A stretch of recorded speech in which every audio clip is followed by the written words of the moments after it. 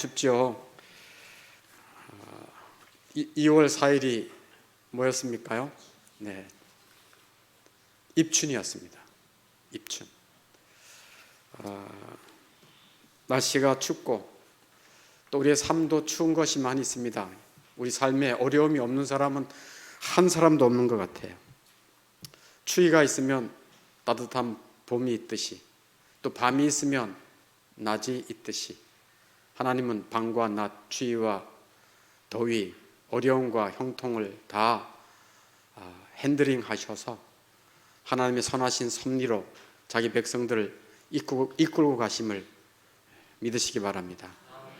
오늘 그 하나님의 놀라운 은혜가 여러분의 심령에, 가정에 넘치기를 주의 이름으로 축원합니다. 네, 오늘 말씀은 에스겔서 20번째 독수리와 포도나무의 비유라는 말씀이에요.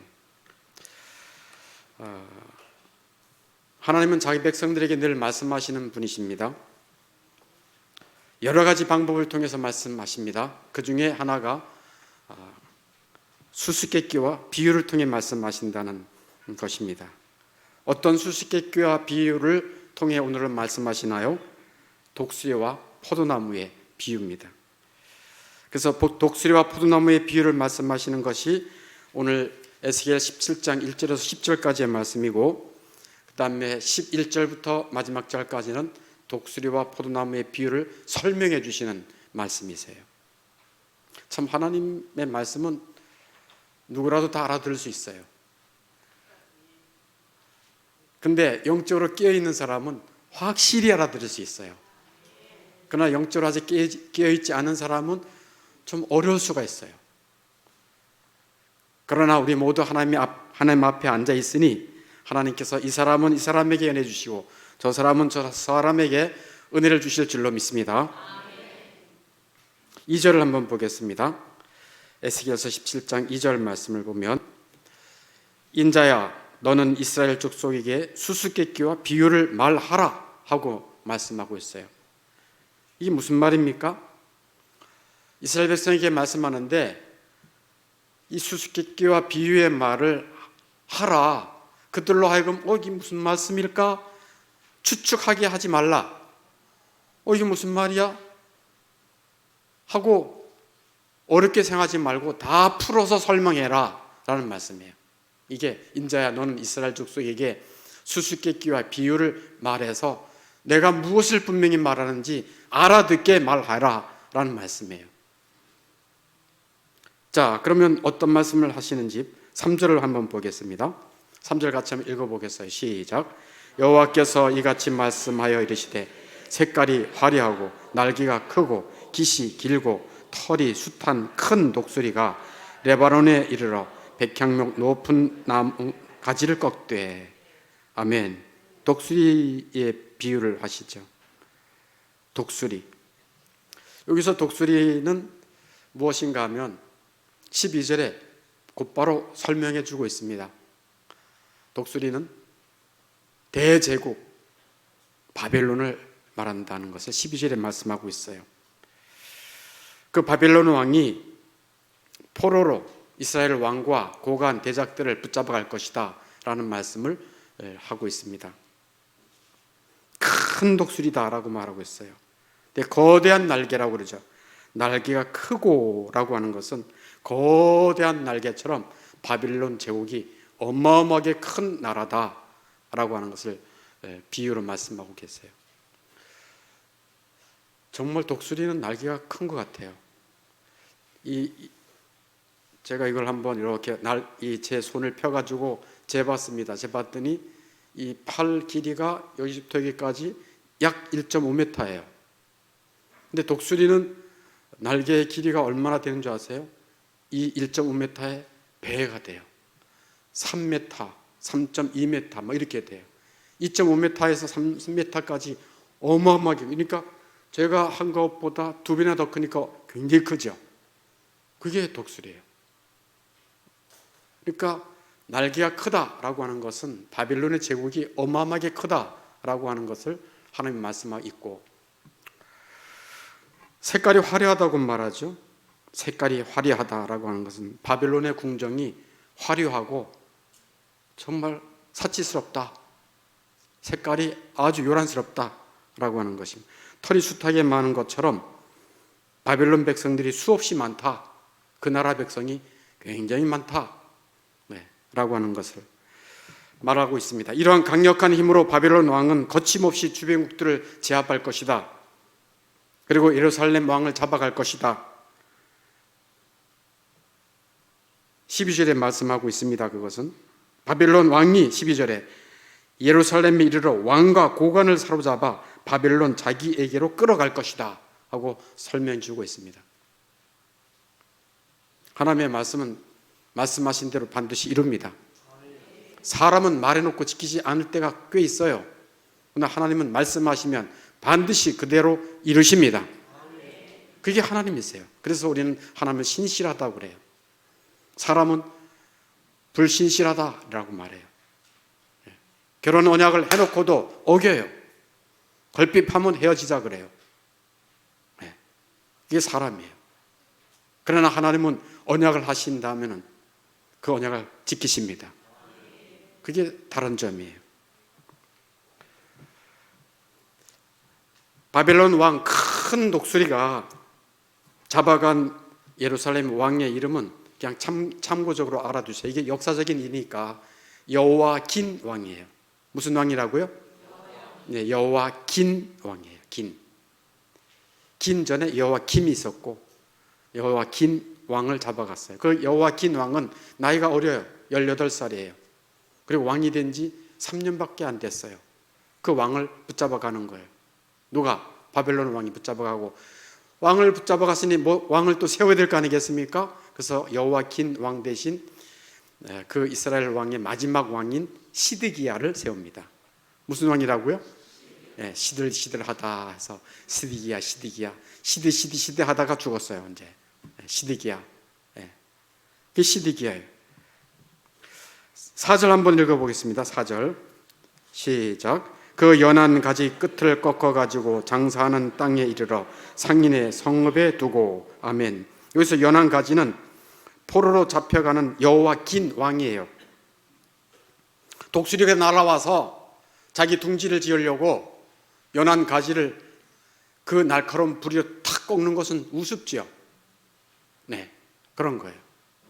아주 강력한 독수리가 자기 부리로 연한 가지를 탁 꺾어서 자기 집 둥지를 지으려고 가져간 거예요. 이런 비유의 말씀이에요. 그러니까 연한 가지는 꺾여가는데 꺾일 때 아무런 힘이 없습니다. 또 연하니까 그냥 꺾일 뿐이에요. 그리고 독수리 즉 바벨론 왕은 예루살렘 왕을 포로로 잡아가서 어디에 둔다고요? 상인의 성읍에 두고.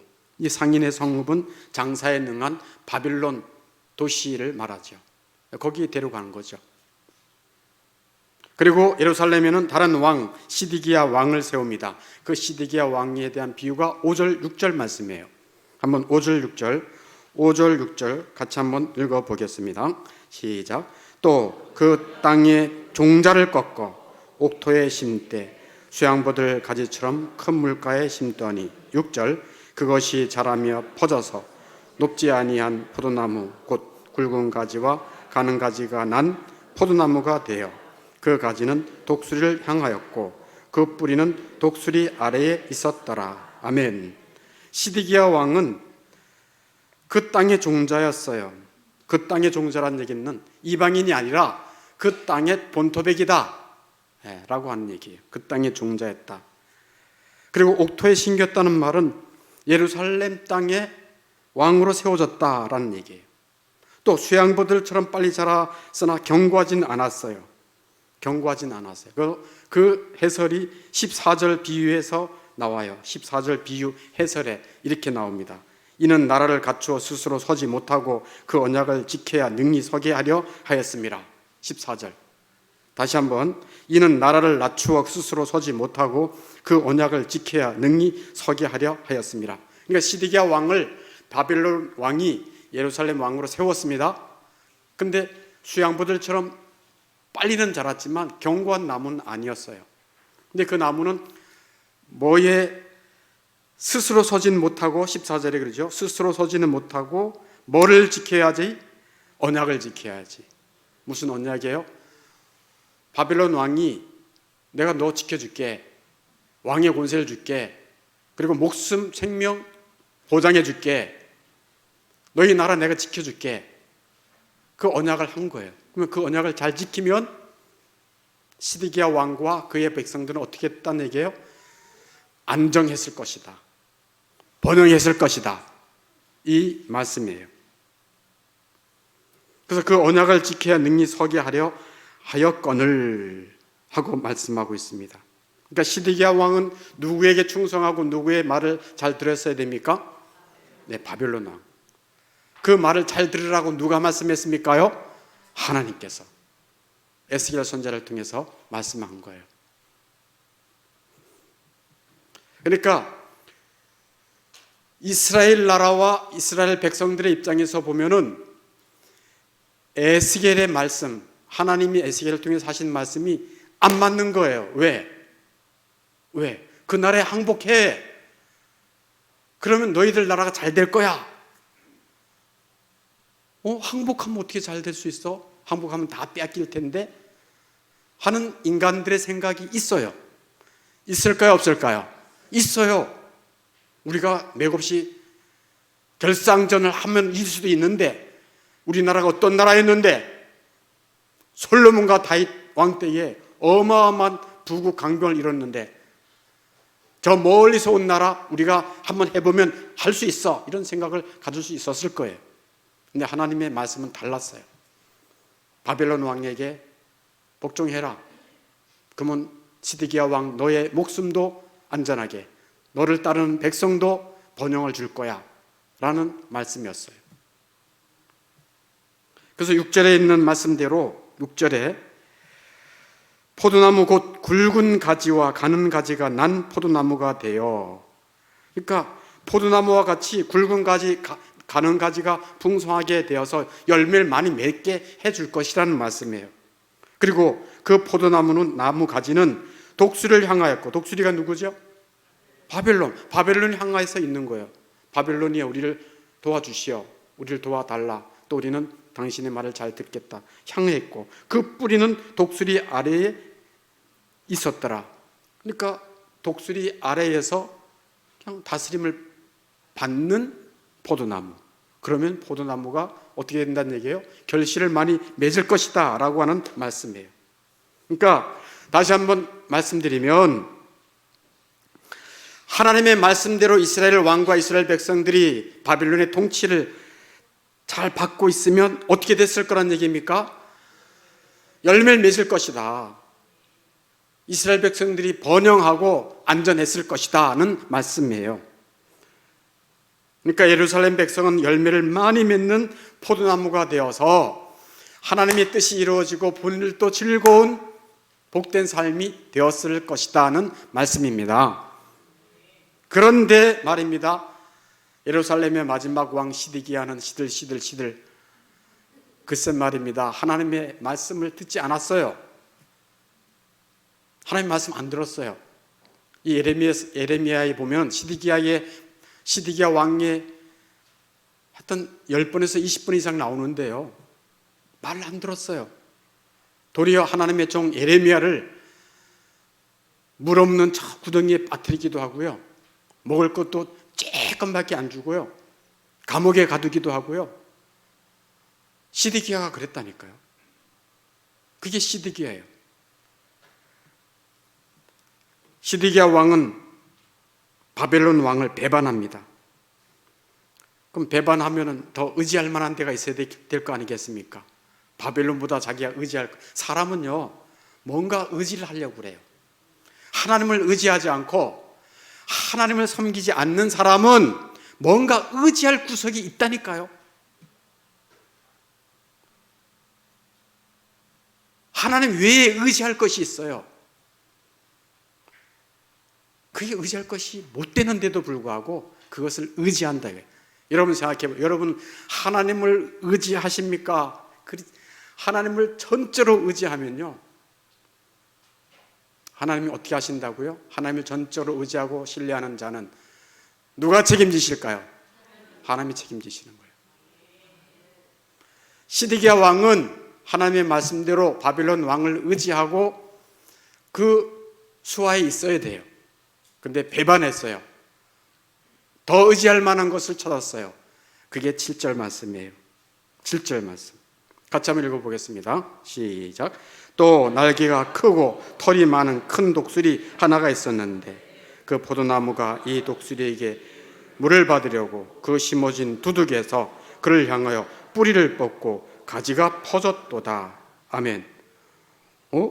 날개가 크고 털이 많은 큰 독수리. 뭐야, 또 큰 독수리를 또 의지했대요. 큰 독수리 빼고 또 큰 독수리를 의지했대. 이 큰 독수리는 어느 나라를 말하는가 하면 애굽을 말합니다. 애굽. 애굽 나라라고 하는 이 대제국을 비유합니다. 그래서 시드기야 왕은 하나님의 말씀을 거역하고 또 자기를 왕 삼아준 바벨론 왕을 배반했어요. 그리고 스스로 애굽 왕의 신하가 되었던 것입니다. 7절 말씀 한번 볼까요? 7절 말씀 시작. 또 7절 말씀 끝부분에 하반절에 포도나무가 이 독수리에게 물을 받으려고 그 심어진 두둑에서 그를 향하여 뿌리가 뻗고 가지가 퍼졌도다. 아멘. 포도나무가 이 독수리에게, 이 독수리는 애굽이라는 독수리예요. 애굽이라는 독수리에게 물을 좀 주세요, 좀 도와주세요 하고 이렇게 도움을 요청한 거예요. 그런데 이 두둑에 심어진 포도나무가 애굽 나라에 손을 펼쳤다 그런 얘기예요. 그를 향하여 뿌리가 뻗고 가지가 퍼졌도다. 좀 물을 달라고 얘기를 해요. 그래서 여러분 두둑이 뭔지 아시죠? 두둑은 농사 짓는 사람 잘 알죠? 뭔가 농사를 지을 때 뭐 감자 농사를 짓든 뭐 나무를 심든 이렇게 두둑 이렇게 높게 흙으로 두툼하게 되는 것을 이 두둑이라 그래요. 두둑을 이렇게 해가지고 그 옆에 물이 잘 빠져나가도록 도랑 있죠, 도랑. 그걸 뭐라 그래요? 도랑이라 그러나요? 고랑.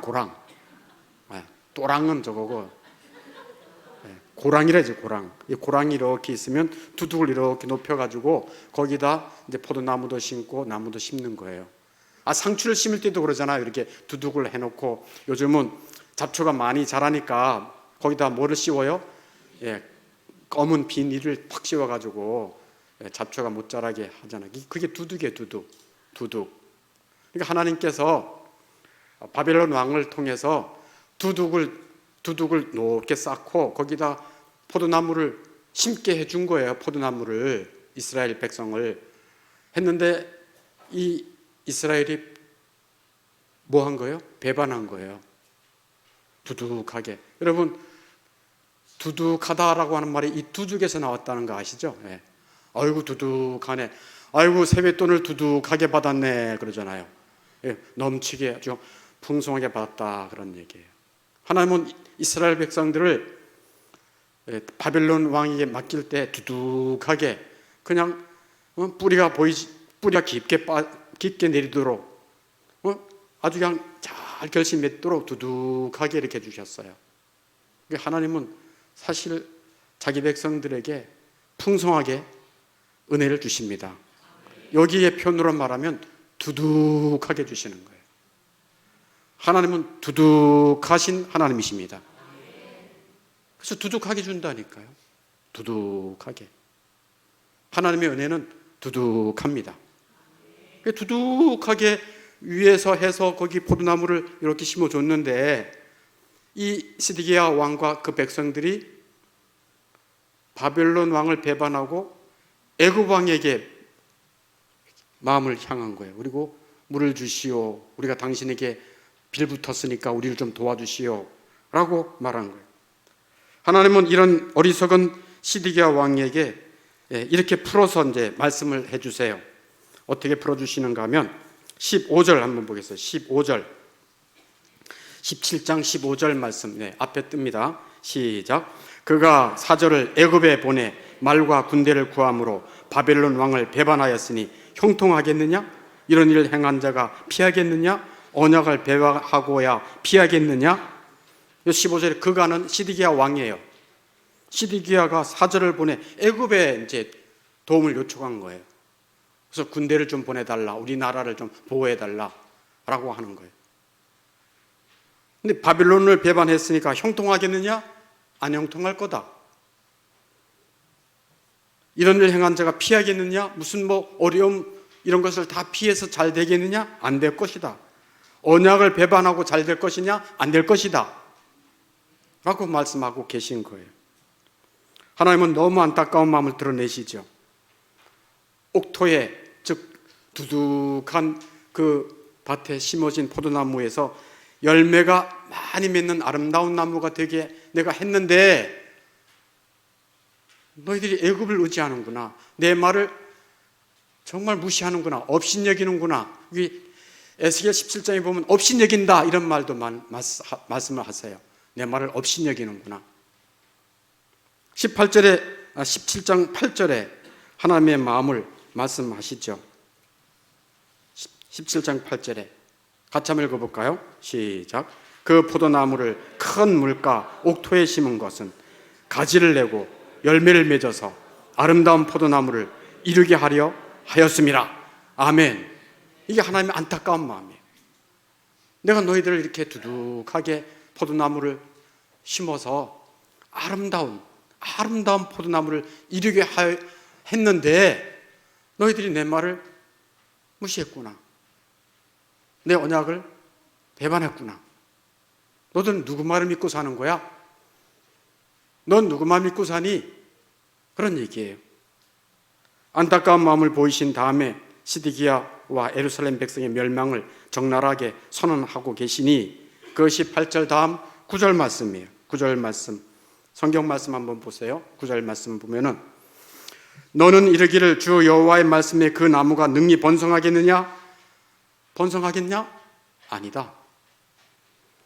이 독수리가 어찌 그 뿌리를 빼고 열매를 따며 나무가 시들게 하지 않겠느냐? 그 독수리가 도리어 너 뿌리를 빼고 나무를 시들게 할 거야. 그 연한 잎사귀를 마르게 하지 않겠느냐? 10절 그것이 심어졌으나 번성하겠느냐? 아니야, 번성하지 못할 거야. 동풍이 부딪힐 때 말라 빠질 거야. 그 자라던 두둑에서 마르리라. 이게 하나님의 말씀이에요. 그러니까 이스라엘 백성과 시드기야 왕의 그 비참함과 심판이 그대로 말씀하고 있어요. 나중에 정말 너무 비참하지만 시드기야 왕은 자기 앞에서 붙잡혀가지고 여기 17장 보면 말이죠. 17장 21절 보면은 17장 20 성경 여기 앞에는 안 떴습니다. 성경을 보세요. 20절부터 보면 20절 끝에 보면은 내 올무에 걸리게 하여 끌고 바빌론으로 가서 나를 반역한 그 반역을 거기서 심판을 찌며 21절 그 군대에서 도망한 자들은 여기서 그 군대는 시드기야 왕이 끝까지 의지했던 게 있어요. 그게 뭐냐면은 자기를 지키는 호위 군대예요. 정예 군대. 자기를 지키는 정예 군대가 있었어요. 이들은 나를 지켜줄 거야. 내 목숨은 지켜줄 거야. 내 처자는 지켜줄 거야. 내가 갖고 있는 보물은 지켜줄 거야 라고 생각했어요. 왜? 거기다 돈을 많이 발랐으니까 자기를 지켜주는 호위 무사들에게. 그런데 그 군대들이 다 도망가다가 칼에 엎드러질 것이요. 이게 21절 말씀이에요. 그 남은 자들은 자기 살궁리를 쫓아 다 사방에 흩어지고 도망갈 것이요. 이게 하나님의 말씀한 대로 역사적으로 이루어져요. 19절 말씀. 계속해서 하나님이 이 애굽에 대한 애굽이래요. 시드기야 왕과 예루살렘에 대한 심판을 말씀하고 있어요. 우리 예쁜 어린이 드디어 준비하세요. 내가 나의 삶을 두고 맹세하노니 내 맹세를 업신여겼다 그들이. 그 다음에 뭐를 배반하였다? 그렇지, 언약. 기다렸어요 그러잖아요. 언약을 배반했다. 그래서 언약이란 말 굉장히 중요합니다. 언약을 배반하였은즉 내가 그 죄를 그 머리에 들리되 그 위에 내 그물을 치며 내 올무에 걸리게 하겠고 끌고 바빌론으로 가서 나를 반역한 그 반역을 거기서 심판할지며 20절에 말씀하잖아요. 심판하겠다. 거기서 내가 심판하겠다. 하나님은 언약의 하나님이십니다. 그러므로 언약 백성은 하나님의 언약을 따라 살아갈 때, 순종하며 살아갈 때 어떻게 될 겁니까? 번영하고 형통하고 축복이 있습니다. 그건 하나님의 약속이에요. 그런데 오늘 에스겔 17장에는 너무 하나님의 그 마음이 절절하게 너희들이 내 언약을 배반했다, 내 말을 업신여겼구나, 이 말이 무려 7번 강조하고 있어요. 12절에 이 반역한 족속들, 하나님이 말씀하는 거예요. 반역한 족속, 이 반역하는 족속. 15절에 언약을 배반했다, 16절에 언약을 배반했다, 18절에 언약을 배반했다, 19절에 언약을 배반했다, 내 말을 업신여겼다, 20절에 반역했다, 2번이나 강조해요. 이게 하나님의 말씀이에요. 언약 백성을 향해서 너희들이 내 언약을, 그러니까 요즘 젊은이 말로 개무시했다, 그런 얘기예요. 업신여겼다, 그런 얘기예요. 하나님은 언약의 하나님이십니다. 하나님이 언약에 신실한 것처럼 하나님의 백성도 언약에 신실해야 될 것입니다. 언약에 신실하게 순종하며 살아가는 자에게 하나님은 번영과 형통과 복을 약속해 주신 것입니다. 교회는 하나님의 언약 백성이므로 하나님의 언약에 순종해야 됩니다. 누가 언약 백성이죠? 어떻게 언약 백성이 되죠? 교회가 하나님의 언약 백성인데, 오늘 제가 여러분 맥체인 성경 읽기를 읽으면 정말 모든 말씀이 다 연결되는데요. 오늘 언약 백성이 어떤 백성인가? 누가 언약 백성인가? 로마서 11장 5절에 보면 하나님의 은혜로 택하심을 받은 자예요. 뭐라고요? 은혜를 입은 자예요. 우리 공로로, 내가 괜찮은 사람이라서, 내가 하나님 나라에 쓸만한 인간이라서 하나님이 택해준 게 아니고, 뭘로? 은혜로. 내가 하나님을 택한 것이 아니고 누가 택했다고요? 하나님이 택한 거예요. 은혜로 택하심을 받은 자가 언약 백성입니다. 은혜로 택하심을 받은 자에게 하나님은 믿음을 주십니다. 믿음도 내가 하는 게 아니에요. 너희가 그 은혜를 인하여 믿음으로 말미암아 구원을 받았으니 이것은 너희에서 난 것이 아니요 하나님의 뭐라? 선물이라. 아멘. 모두가 다 하나님이 주신 거예요. 그 언약 백성은 하나님께서 그 언약 백성이 하나님의 말씀을 따라, 규례를 따라 살아갈 때 하나님은 모든 좋은 것을 다 아끼지 않습니다. 물론 언약 백성이 100% 하나님의 말씀을 다 지킬 수 없어요. 어떤 데는 못 지킬 때도 있어요. 그렇지만 어떻게 합니까? 아픈 마음을 가지고 우리 안에 회개하는 영을 주십니다. 회개하는 영을 주세요. 그러면 회개할 때 하나님은 언제 그랬냐는 듯이 마음을 확 바꾸고 확 웃으면서 내 말씀, 하나님의 말씀을 좀 불순종하고 막 죄를 지을 때는 하나님이 찌푸린 얼굴이 있어요. 이렇게 찌푸려요. 찌푸려. 하나님이 우리를 향해 얼굴을 찌푸리면 어떻게 되는 줄 아세요? 우리 마음이 불안해요. 두려움이 많아요. 하늘이 안 돼가지고 절망스러워요. 염려가 늘 끝이지 않아요. 세상 살고 싶지 않아요. 하나님에 대해서 원망이 생겨요. 왜? 찌푸리니까 우리 영혼이 그걸 못 견디는 거예요. 그러나 언약 백성이 말씀드려서 100% 살지 못하지만 잘못을 했을 때 회개하고 돌이키면 하나님은 그 얼굴을 햇살처럼 펴십니다. 그럼 우리 영혼이 평안이 옵니다. 그게 영적인 비밀이에요. 영적인 비밀.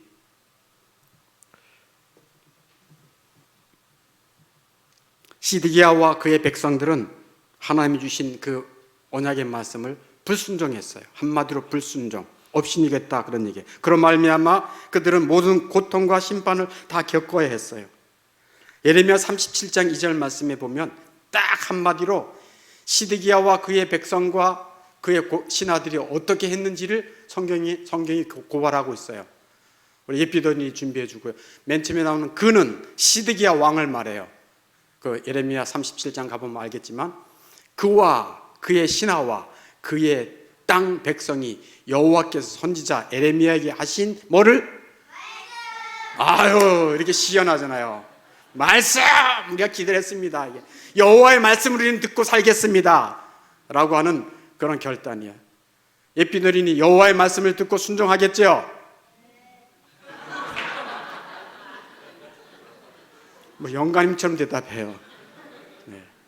다시 한번 우리 예피더니들은 어릴 때부터 하나님의 말씀을 따라 순종하겠습니까? 아멘. 이들은 선지자 예레미야를 통해서 하신 하나님의 말씀을 듣지 않았어요. 그래서 이들에게는 모든 고통과 비참을 겪어야 됐습니다. 언약 백성이라면 그렇습니다. 여기서 언약 백성에 대한 몇 가지 좀 적용 부분을 좀 말씀하려고 해요. 가정도 언약적 공동체입니다. 네, 우리가 부부가 결혼할 때 이거 선서 언약하잖아요. 또 교회도 언약 공동체예요. 또 직장도 어떤 의미에서는 언약적인 공동체. 왜? 서로 계약이 있으니까. 네. 근데 언약 공동체, 교회든 가정이든 직장이든 중요한 것은 뭐냐면 언약 공동체에서 중요한 것은 여러 가지가 있는데 딱 두 가지만 간략해서 말하면 언약 공동체는 책임자가 있습니다. 뭐가 있다고요? 네, 책임자가 있어요. 그다음에 언약 공동체의 특징은 또 뭐가 있는 줄 아세요?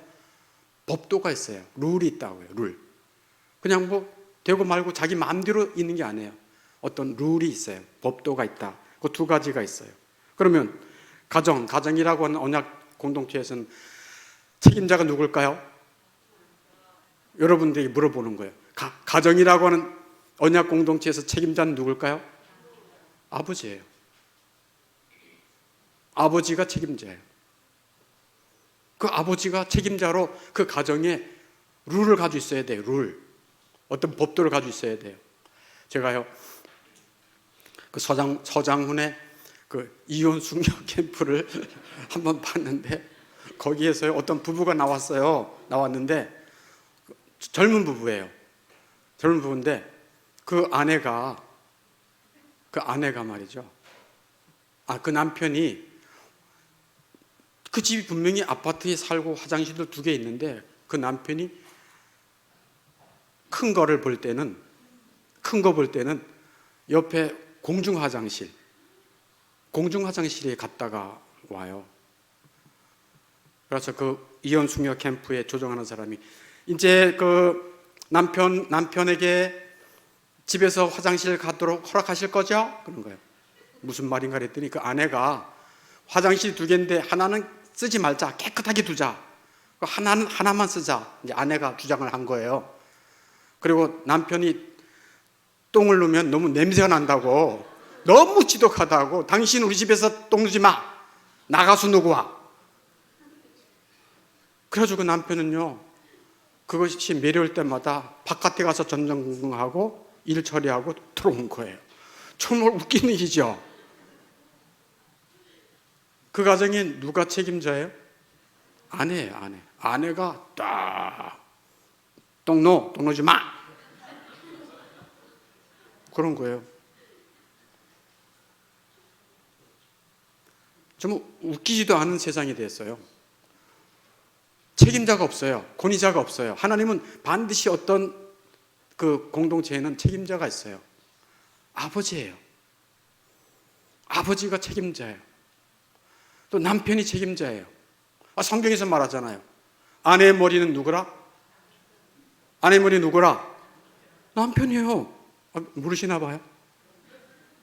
남편이에요. 남편의 머리는 누구라? 예수 그리스도. 예수 그리스도의 머리는 누구라? 하나님이시라. 아멘. 질서가 있고 책임자가 있는 거예요. 여성 상류 시대는 한참 지났고요. 요새는 남자가 쓸 곳이 없었어요. 남자가. 룰도 없어요.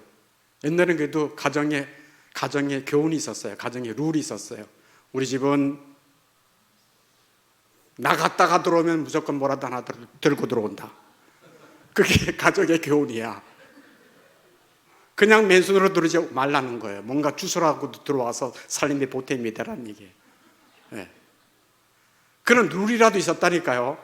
지금 여러분 가정에 룰이 있나요? 어떤 법도가 있나요? 하나님은 그 가정의 법도를 뭐로 하라고 그러셨어요? 주의 교양과 훈계로 할지니. 아멘. 하나님의 말씀과 교훈과 훈계로 하라고 말씀하고 있어요. 그게 에베소서의 말씀이잖아요. 에베소서의 말씀에 6장 4절에 아비들아 너희 자녀를 노엽게 하지 말고 오직 주의 교훈과 훈계로 양육하라. 아멘. 하나님의 말씀으로 양육하는 거예요. 하나님의 말씀이 있어야 돼요. 주 안에서 이런 일이 있어야 된다고요. 그래서 말씀을 같이 우리 읽자. 야, 윗사람들이 이렇게 하는 게 아니야. 라든지 어떤 룰이 있어야 되는 거예요. 그게 그 가정이 언약적 공동체의 증거예요. 네. 여러분의 가정에도 이런 하나님의 말씀의 룰이 있어서 하나님이 약속하신 그런 은혜와 복이 있기를 바라겠습니다. 주는 대로 먹자 이런 교훈도 있더라고요. 어떤 가정에는 우리 집은 주는 대로 먹자. 뭐 웃으면 복이 와요. 뭐 이런 것도 있었습니다. 그래서 아버지는 자녀를 사랑하고 보살펴주고 또 교훈해주고 또 책망도 해주고 그냥 오냐만 해주면 말이죠. 가정이 자녀들이 잘못돼요. 매를 아끼면은 그 자녀가 잘못된다 그랬어요. 그래서 적절하게 매를 또 데리기도 하고 또 교양으로 주의 말씀으로 교양하기도 하고 그래서 부모를 잘 긍정할 수 있도록 하나님은 그 가정 공동체에 말씀하고 계세요. 에베소 6장 1절에 보니까 자녀들아 주 안에서 너희 부모에게 뭐하라? 순종하라. 이것이 옳으니라.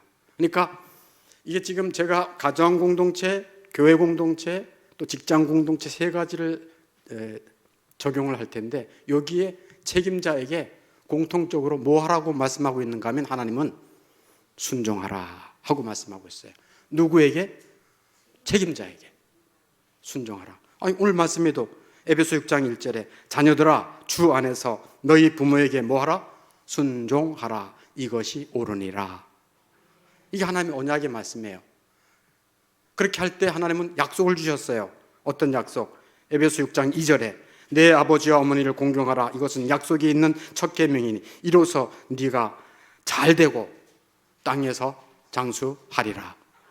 아멘. 여기 자손된 분들 계시나요? 여기 자손분들 있죠? 뭐 하라? 어떻게 할 때 이 땅에서 잘 돼야 되겠다고 하나님 약속해 주셨어요? 부모를 잘 공경하는 거예요. 부모를 잘 공경하는 거예요.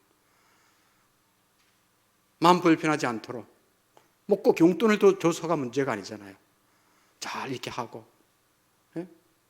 전화를 해서 못 받으면 바로 또 전화 연락 드리고, 마음 편하게 해드리고, 잘 섬기라는 거예요. 예. 이게 하나님의 말씀이에요. 그래서 가정 언약 공동체의 책임자가 누구라고요? 아버지예요, 아버지. 예. 그 아버지에게 뭐 하라는 얘기예요? 다 순종하고 따르라. 그러면 적용을 한번 하면은 아내들의 머리 누구라고요? 남편이에요. 당신 나가서 똥싸 이러지 말란 얘기예요. 예. 남편을 잘 이렇게 세워줘야 됩니다. 남편은 어떻게 해야 됩니까? 아내를 죽기까지 사랑하라고 하는 거예요. 죽기까지 사랑하라. 죽기까지 사랑이 진짜 힘들어요. 언제까지 사랑해야 돼? 오래 참으면서 사랑해야 되는데 마음에 들 때도 있고 안 들 때도 있는데 어떻게 하겠어요? 그러나 하나님께서 은혜를 주시면 사랑하게 도와주십니다. 가정 공동체. 책임자가 누구다? 아버지다. 아버지는 뭐 한다? 주의 말씀으로 교훈이 그거다. 룰이 그거다. 가르치고 기도하고 사랑하고 돌보게 하고. 교회 공동체도 교회 공동체, 이 교회를 하나님이 세우셨습니다. 예수님의 보혈의 피로. 그리고 하나님께서 말씀했어요. 교회의 머리를, 예수를 교회의 머리로 삼으셨느니라. 에베소 1장 마지막 절, 그 전절까지 예수를 교회의 머리로 삼으셨느니라 그랬어요. 그래서 예수님이 교회의 머리가 책임자세요. 예수님은 안 보이셔. 보이는 책임자를 세웠어요. 그가 누구예요? 그가 누구예요? 목사님이에요. 담임 목사님이에요. 그래서 그 목사님을 통해서 뭐 합니까? 하나님의 은혜의 말씀을 증거하게 하는 것입니다. 하나님의 말씀을 들을 때 하나님이 거듭나게 하십니다. 하나님이 아무것도 아닌 자를 택해서 은혜를 주십니다. 그 사람들에게 포도나무 열매를 맺도록 농부께서 그 포도나무를 두둑하게 흙을 세워주십니다. 순종함으로 많은 열매를 맺어 하나님께 영광되기를 바랍니다. 그리고 우리가 예수 그리스도, 나를 구원하신 그 예수 그리스도를 증거하는 삶을 살아야 됩니다. 그런 말씀을 증거하게 하는 거예요. 교회 생활은 이렇게 하는 겁니다. 기도 생활은 이렇게 하는 겁니다. 성경은 이렇게 보는 것입니다. 다 알려주는 거예요. 구역 예배는 이렇게 하는 것입니다. 다 알려주는 거예요. 그러면 어떻게 해야 되겠습니까? 잘 순종입니다. 세 가지 특징이 순종이라고 그랬잖아요. 히브리서 13장 17절에 보면은 한번 따라해 보세요. 너희를 인도하는 자들에게 순종하고 복종하라. 여기는 두 번이나 나왔어요, 글쎄. 어이구, 세상에. 무슨 뜻이 있는 것 같아요, 그죠? 너희를 인도하는 자들에게 순종하고 복종하래요. 그들로 하여금 즐거움으로 이것을 하게 하고 근심으로 하게 하지 말라. 그렇지 않으면 너에게 유익이 없느니라. 네, 유익이 없다 그랬어요. 진짜 교회를 이렇게 인도하다 보면요, 정말 목사님 말씀을 다 들으면 정말 복을 많이 받을 수 있는데, 그렇지 않고 감정에 취해서 그냥 교회를 떠나는 경우의 사람들이 많이 기억나요. 우리 뭐 한참 지났으니까 그렇지만, 우리 몇 년 전에 권사를 세울 때 어떤 사람이 자기는 권사 이번에 돼야 되는데 자기를 뺐다는 거예요. 자기를 뺐다는 거예요. 그래서 안 나오겠다는 거예요. 그래서 제가 어떻게 했겠습니까? 나오지 마세요 그랬겠어요? 아니면 찾아갔겠어요? 찾아갔죠. 왜? 연약하니까. 찾아가서 이건 이렇고 저건 저렇고 얘기를 하고, 안무개 집사님 이렇게 얘기했는데도 한번 그러니까 그 전에는요, 정말 저를 영적 아비처럼 얼마나 지극정성으로 잘 섬기고, 명절 때마다 또 감사한 마음이 있고, 그 아들도 데려다가 이렇게 네 영적 아버지다 라고 하면서 했는데, 그거 하나 가지고 캥 돌아가서 지금 어디서 뭐 하는지도 몰라요. 근데 순종해서 따랐으면 어떻게 했을까요? 권사 됐을까 안 됐을까? 나중에 됐겠죠. 얼마나 복된 삶을 살았을까, 이런 생각을, 너무 아쉬움, 그 마음이 들어요. 자, 아무튼 두 번째 공동체, 교회 공동체에 대해서 말씀드렸고, 마지막 세 번째 공동체, 직장에도 책임자가 있어요. 그가 까다롭든 인격적으로 개차반이든 하나님께서 뭐라고 하십니까? 순종하라 라고 말씀해요.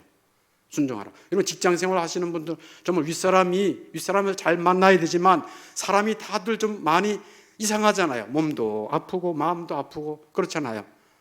그러니까 힘들 수 있어요. 베드로전서 2장 18절에 이 말씀, 하나님의 말씀이니까 한번 같이 한번 읽어보겠습니다. 시작.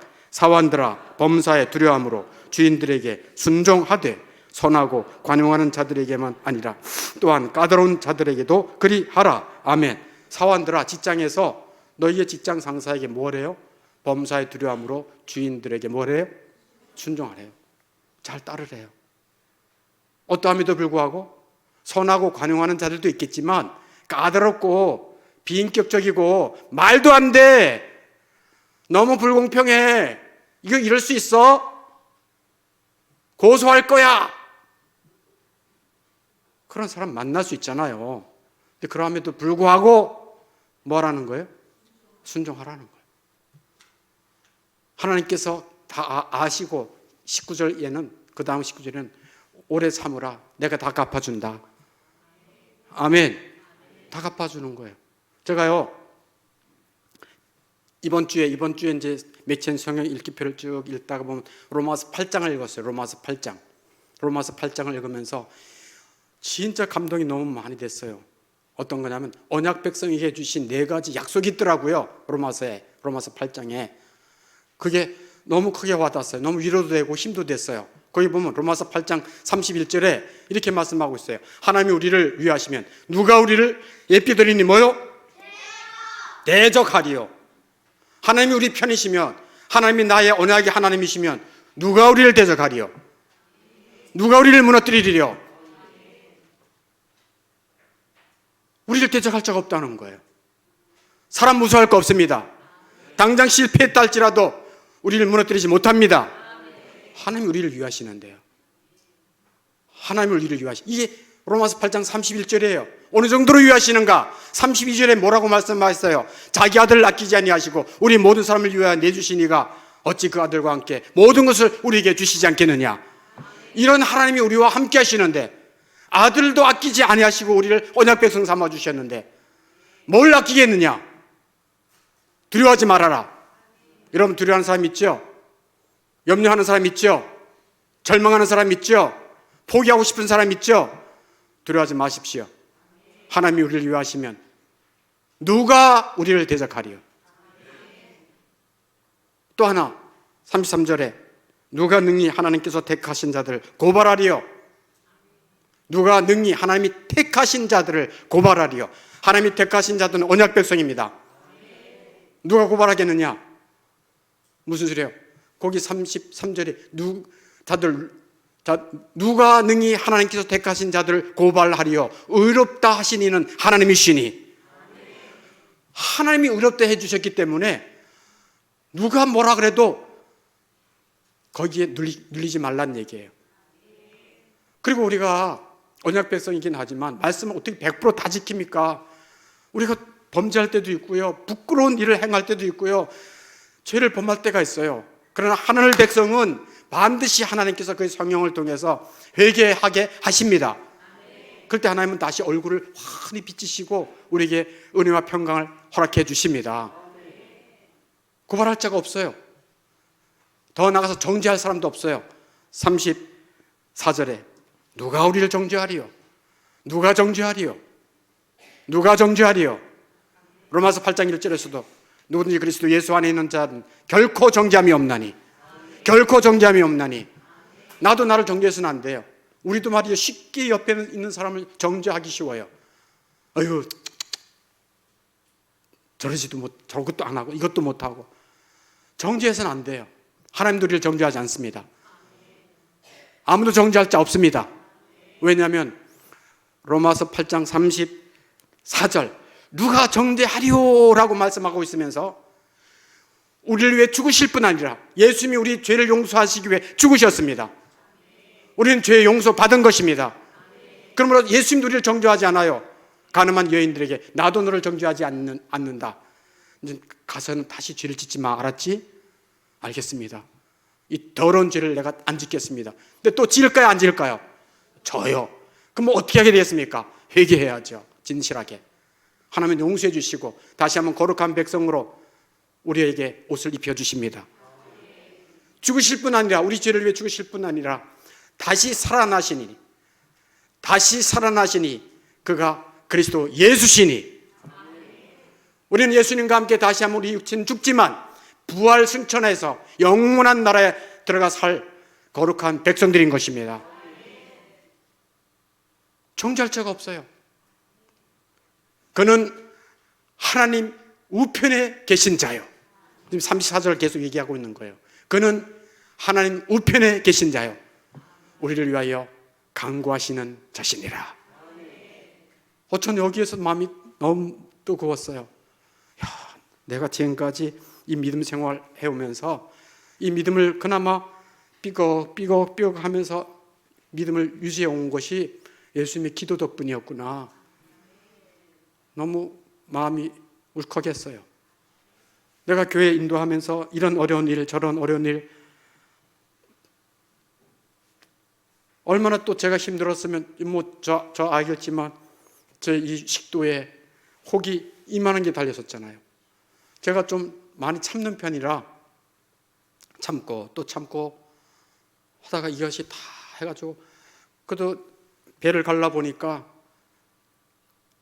다행히 악성은 아니고 양성이라 이만큼 된 걸 잘라내고 그 생각도 나고 이 교회 짓느라고 삼심법원까지 대법원까지 2년 이상 걸려가면서 마음고생을 하고 우리 김남 사모님은 나랑 법무법인 가서 1심에서 승소했습니다. 이제 고등법원입니다. 또 사인하러 갑시다. 또 사인하러 가. 고등법원 다 끝났어요. 이제 대법원 한 번 남았네. 장로님 또 갑시다. 같이 가서 또 사인하고. 그런 힘든 일들을 생각이 쭉 나면서 이 모든 게 주님께서 하늘 보좌 우편에서 나를 위해 끊임없이 기도해 주셔서 오늘이 있었구나 하니까 너무 눈물이 나는 거예요. 주님이 나를 위해서 또 우리를 위해서 기도하고 계신다는 것이 우리에게는 은혜입니다. 복입니다. 우리가 기도하면 얼마나 하겠습니까? 근데 우리 주님은 늘 우리를 형편을 아시고 기도해 주십니다. 정죄하지 않으실 뿐 아니라 기도까지 해주시니 언약 백성은 이 세상에 무슨 일 당해도 반드시 승리할 것입니다. 마지막에 누가 세 번 하고 내 마지막 네 번째 35절에 누가 우리를 에피도니니 그리스도의 뭐에서 끊으리요? 내 사랑. 누가 우리를 그리스도의 사랑에서 끊으리요? 누가 우리를 그리스도의 사랑에서 끊으리요? 우리를 위해 죽으신 예수 그리스도, 우리를 위해 고난 당하신 예수 그리스도, 우리가 죄를 지을 때 가슴 아파하면서 더 깊은 죄에 빠지지 않도록 우리를 위해 간구하시는 예수 그리스도, 누가 우리를 그리스도의 사랑에서 끊으리요? 라고 35절에 말하면서 환난이냐? 아니다. 공고냐? 고난이냐? 아니다. 박해를 받느냐? 아니다. 기근이냐? 경제적인 어려움이 왔느냐? 아니다. 그 속에서도 내가 너를 사랑한다. 적신이냐? 너가 알거지가 되었느냐? 내 사랑, 너를 향한 내 사랑 변치 않는다. 위험한 일을 당했느냐? 너희 가정이 위기냐? 너희 삶이 위기냐? 이 나라가 위기냐? 그리스도의 사랑에서 끊을 자 없느니라. 적신이냐? 위험이냐? 칼이랴. 죽음이 와도 내 사랑은, 너를 향한 내 사랑은 끊어지지 않는다. 그게 누가 우리를 그리스도의 사랑에서 끊으리요? 37절에 그러나 이 모든 일에 우리를 사랑하시는 이런 말미암아 우리가 어떻게 하셨어요? 넉넉히 이기느니라. 넉넉히 이기느니라. 이게 언약 백성을 향한 하나님의 약속이에요. 이런 약속이 있는데 우리에게 주신 그 언약의 말씀, 그 귀한 말씀을 순종하며 넉넉하게 살 수가 있습니다. 그래서 주님이 주시는 그 약속에 따라 주시는 그 풍성함과 형통함과 기쁨과 즐거움과 충만함을 남은 생에 누리면서 살고 이 충만함이 여러분의 영혼을 넘어서 가정으로 또 여러분을 아는 자들에게도 넘어갈 수 있기를 주 예수님의 이름으로 축원합니다. 함께